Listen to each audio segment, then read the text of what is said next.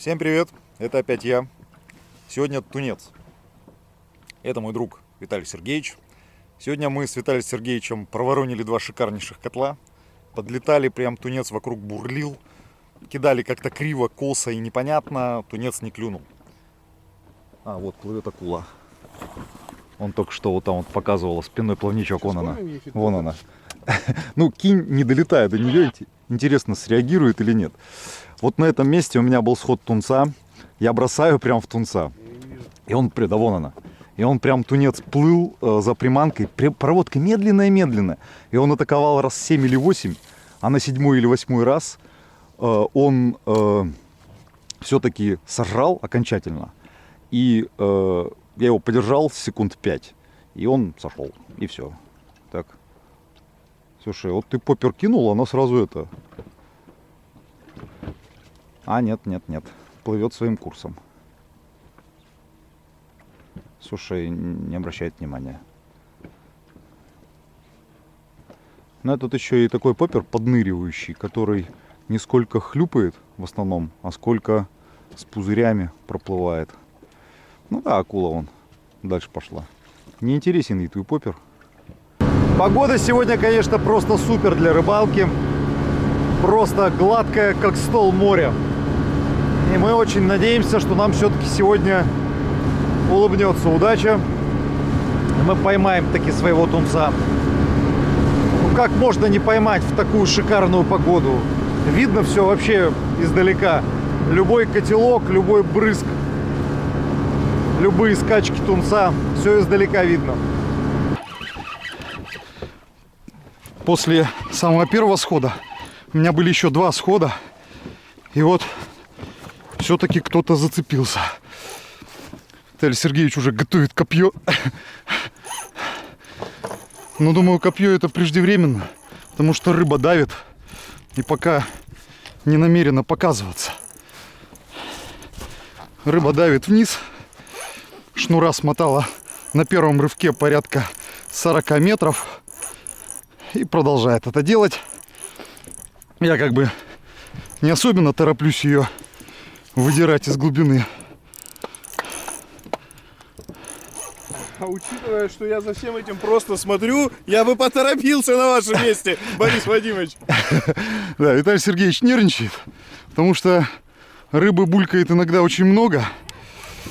И поймать-то хотят, разумеется, все.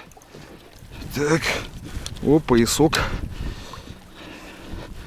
Я думаю, поясок не помешает. О, слушай, удобно, капец. Поясок огонь. Нет, одно радует, что эту рыбу я, если мы сейчас достанем, я ее все равно поем.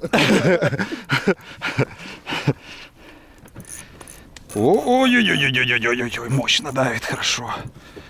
О-о-о-о-о-о-о-о. Ой. Передумал. Ой, такой ощущение, вот сейчас на свечку выйдет. О, на меня. Ой-ой-ой-ой. Какой приятный звук. Какой действительно приятный звук. Это песня для ушей рыбака. Пение фрикциона. Сильнющая рыба, конечно. Сильнющая. Несмотря на то, что снасти мощные. Не, могли быть и помощнее. Я намеренно выбирал снасти такие чуть-чуть помягче, чем можно. Чтоб было не так тяжело ими махать. Но все равно снасть достаточно мощная. Будь здесь таймень килограмм на 30. Я бы его уже несколько минут как фотал бы на берегу. А тунец все еще не хочет. Прям под... Котлет. О, котел прям рядом. А что, может быть, что будет? Нет, слушай, он прям рядом котел. И этот как с ума сошел, как взбесился. Он почуял тех котловых. давай быстрее. Да я бы с радостью быстрее, у меня уже руки так болят. Слушай, он прям вот это, как такую-то поймал струю какую-то. Я понимаю, что там супер котел.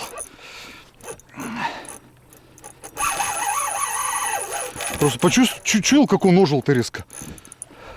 Братву не идет. Да, братву услышал. Чует, что там где-то корм раздают. Перетягивали канат примерно полчаса. И вот за полчаса только смог подтащить так, что осталось чуть больше 10 метров. Полчаса.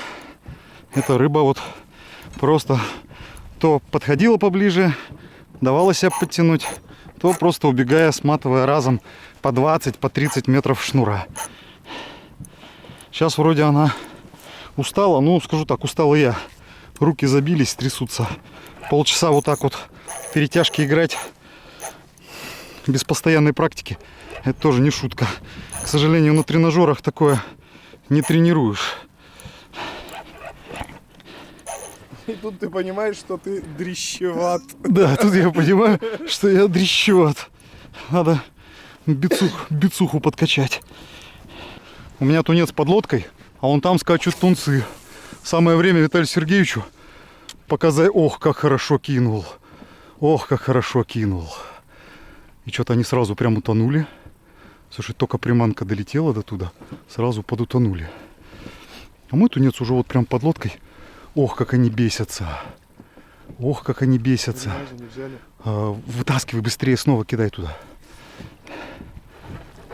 Ох, как бурунят. Ох, как бурунят черти. Все ближе и ближе. Нас, по-моему, вот этот тунец привел к ним. Давай. Я опускаю удочку пониже. Чуть-чуть не докинул, но ничего страшного. Он эти метры проплывает за секунду. Ох ты! Какой котел! Какой котел! Там вдалеке котел.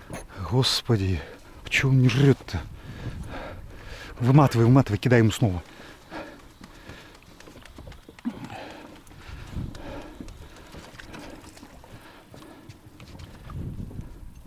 Голову.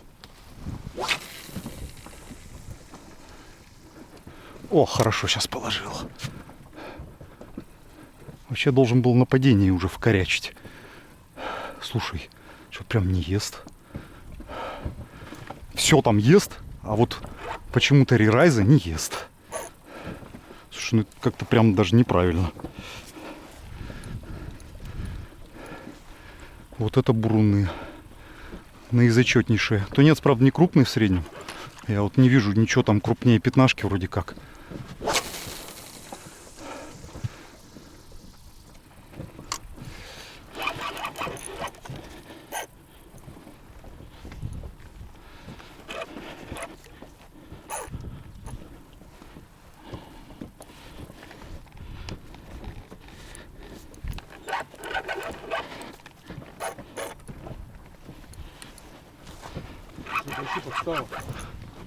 Вообще подстава. Ну, возможно, все-таки ему надо под нос как-то положить.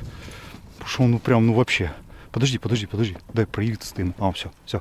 О, пошел. Сейчас вот хорошо летит. Хорошо уронил.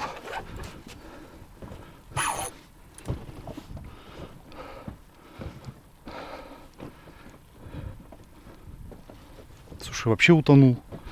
Нету его больше. Он просто большой.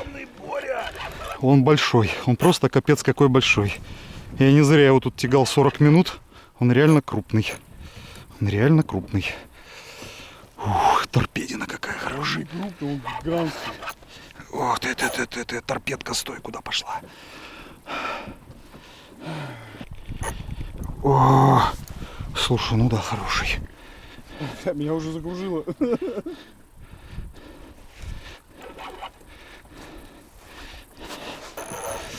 Это вот тот же стик, да, этот? Да, Амасаров трейл дуовский. Тот, который мне принес моего первого тунца несколько лет назад. В прошлом году. Вот они, Виталик. Вот они. Слушай, ну он здоров. Он капец как здоров. Да. Я боюсь так лес порезать. Не-не-не, я понимаю, пока не торопись. Я его еще недостаточно близко подвел, чтобы можно было безболезненно тыкнуть ему. У него слишком длинный ход на циркуляции на этой.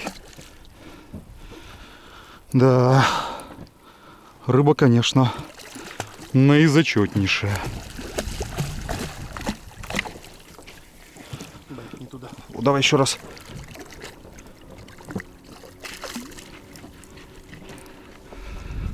Фух. Пустили кровяку.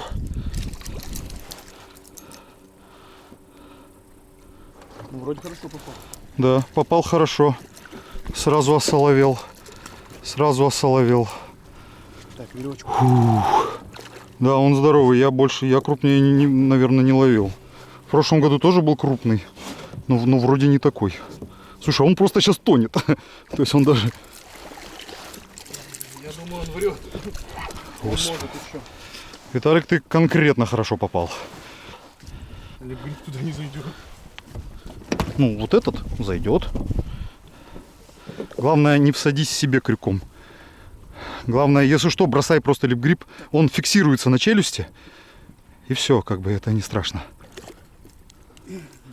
А ты его поднимешь такого? Подожди, не знаю. Ну, Не-не-не, ну не надо снимать тройник. подожди, вдвоем. Я подниму один, я один подниму. Давай. Ты удочку держи, чтобы натянуто было. О, отпусти. Держу.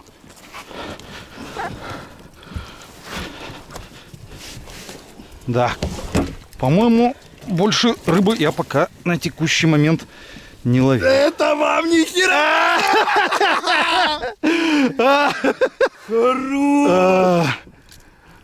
Черт, да, он еще и за глаз подцепился.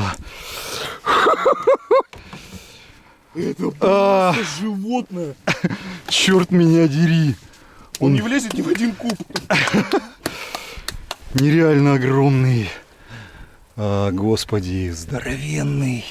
То есть, ну, как, не знаю, вот моя ладонь, вот глаз его на фоне ладони. Плавник, вот, который встает в этот кармашек. Спинной, который тоже ложится в кармашек. Прям за подлицо ложится. И вот эти вот боковые, которые поворачивают каждый сам. Видите, вот они дергаются. Каждый сам по себе поворачивается. Фух. Давай за хвост его привяжем. Все, фотосессии для телеграммов закончены.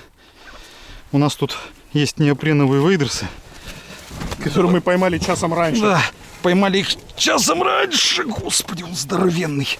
Еще чуть. Сколько в нем килограмм, я сейчас даже не берусь сказать.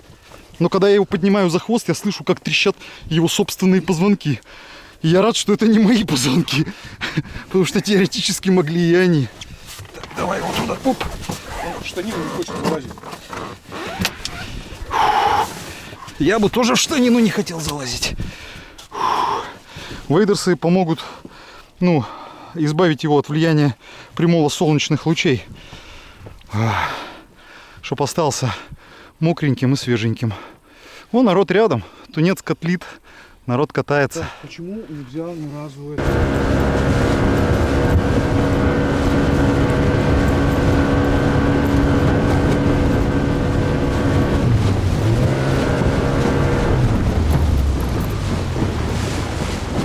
Вот они, черт, прям вот они, вот они. Как-то неудачно.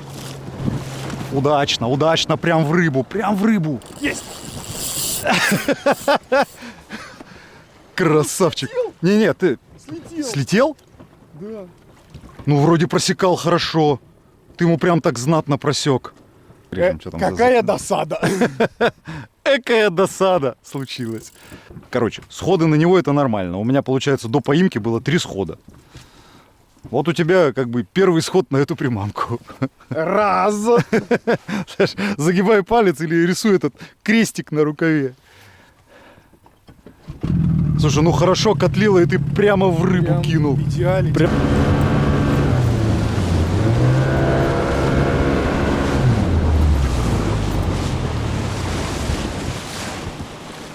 Вот он, родимый. Ох ты, хорошо положил, как. Как хорошо положил. Сидит? Сошел. Нет, сидит. Сидит. Саня! Не кидай! Эпично положил воблер. Прямо тунцу на голову положил. Вообще красавчик. Так, теперь я упакую свою.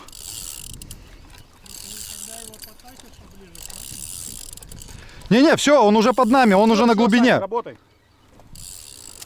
Ты просто именно в момент поклевки, когда он потащил, кинул прямо на перерез. Я же вижу, куда тыкаю.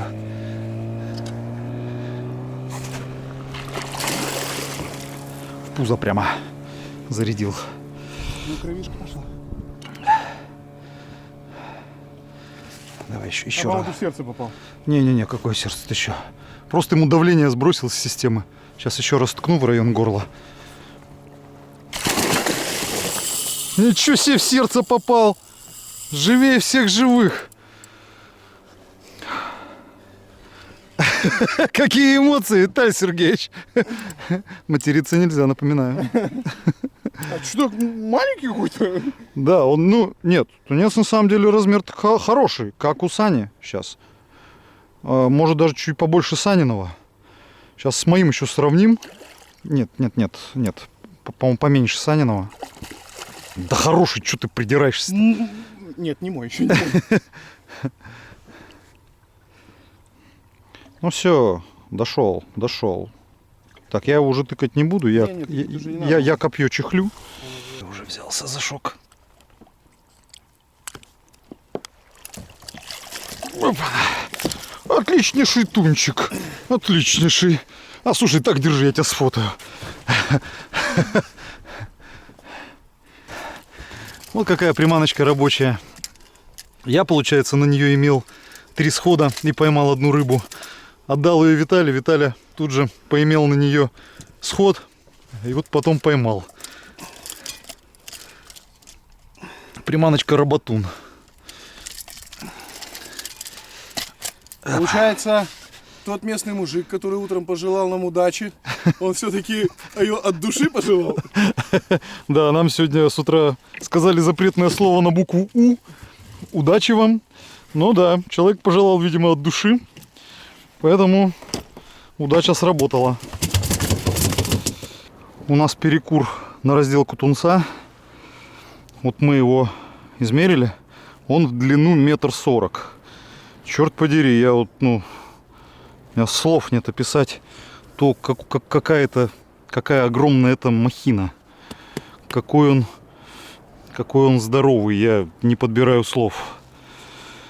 Фух. Сейчас вот надо его как-то разделывать, а мы его руками держать не получается. Ну, Виталь, в нем килограмм же 40. Я думаю, да. Ну, 35 есть точно, его не получается нормально на руках держать. То есть я его вот так вот на руки поднимаю. Я думал, килограмм 50. У меня почти не получается его на руки поднять. То есть, а я, извините, у меня там 2 детей, там дети весят каждый там по 25 килограмм, наверное, я их очень легко поднимаю, например. Ну, 2 детей. Да, ну это, да нет, даже это больше, чем моих 2 детей. А прежде чем начинать разделку, мы тут, извините, тоже не самые сытые. Периодически перекусываем, но голод все равно имеется. Поэтому сейчас я имею желание вырезать ему немножко, бешеное желание имею, немножко ему срезать щечку и испытать на Виталия Сергеевича.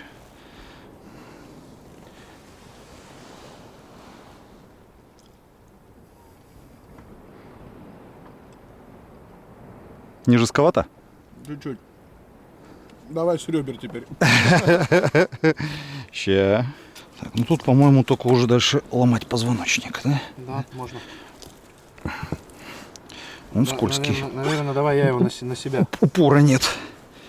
Так. О! Стой. Готово. Готовенько. Не, О, отлично. Ой, я это, пожалуй, съем. Кусочек. Чуть-чуть кислит, но вкусно. Хорошо.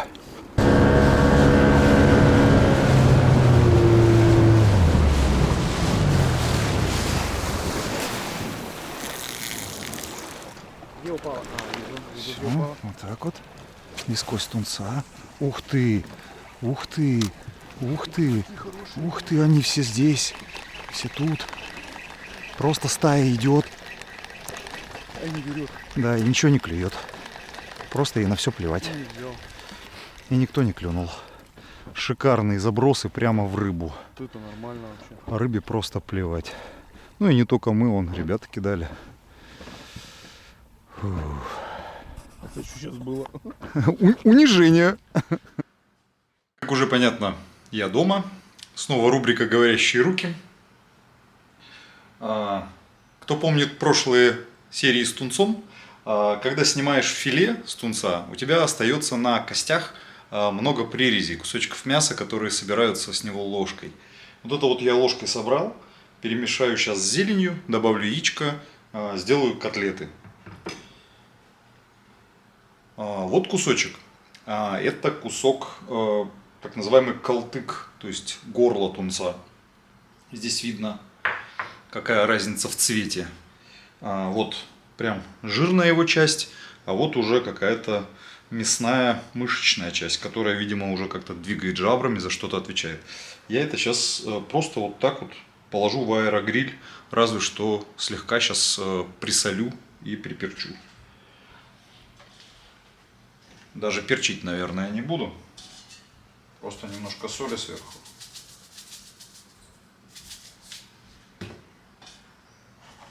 В аэрогриль 200 градусов 10 минут.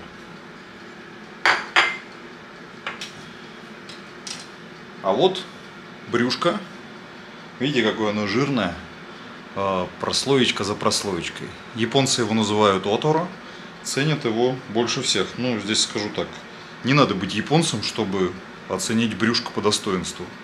Сейчас сниму с него шкуру и попробую поджарить.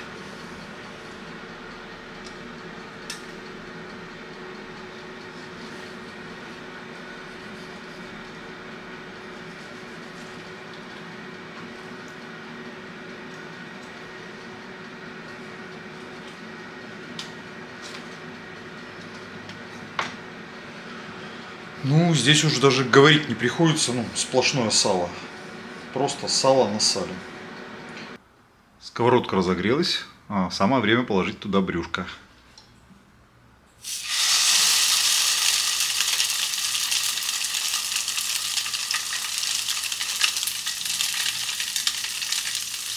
Ну и так, думаю, где-то и хватит 30-40 секунд, наверное.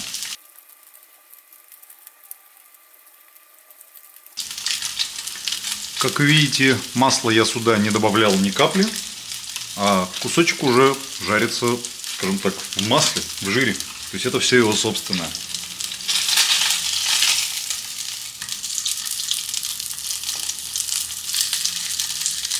Кусочек полежал чуть-чуть меньше минуты на сковородке.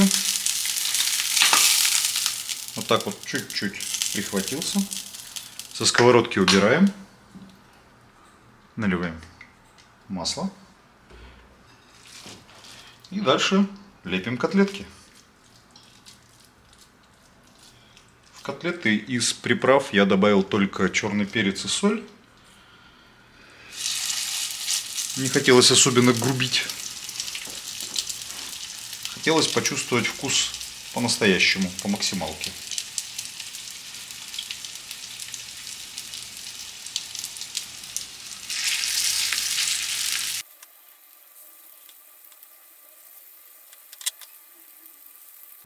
Вот готовы 3 продукта из тунца. Сейчас надо все подготовить для дегустации. А потом уже только дегустировать.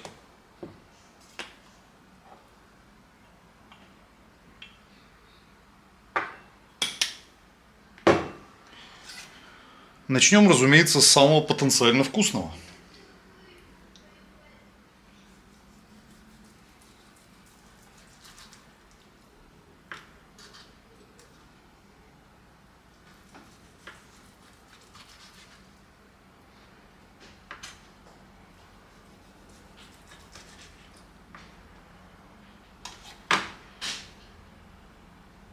Вот так вот, немножко васаби.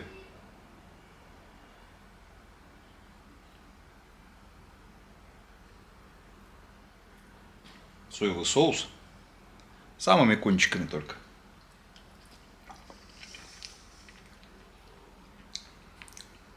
Очень нежно. Ни капли вот этой тунцовой кислоты, которая бывает, если его подпережарить. Ну и безумно жирно. Все губы прям в жиру. Так. Лишнее васаби стряхнуть и попробовать вот это.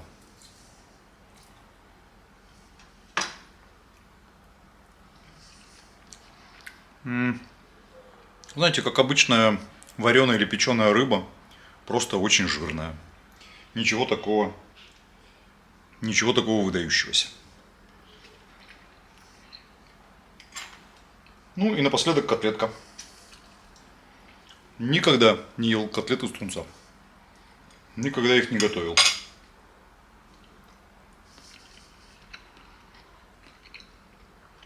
Знаете, а это имеет смысл. Получилось хорошо. Получилось прям прикольно.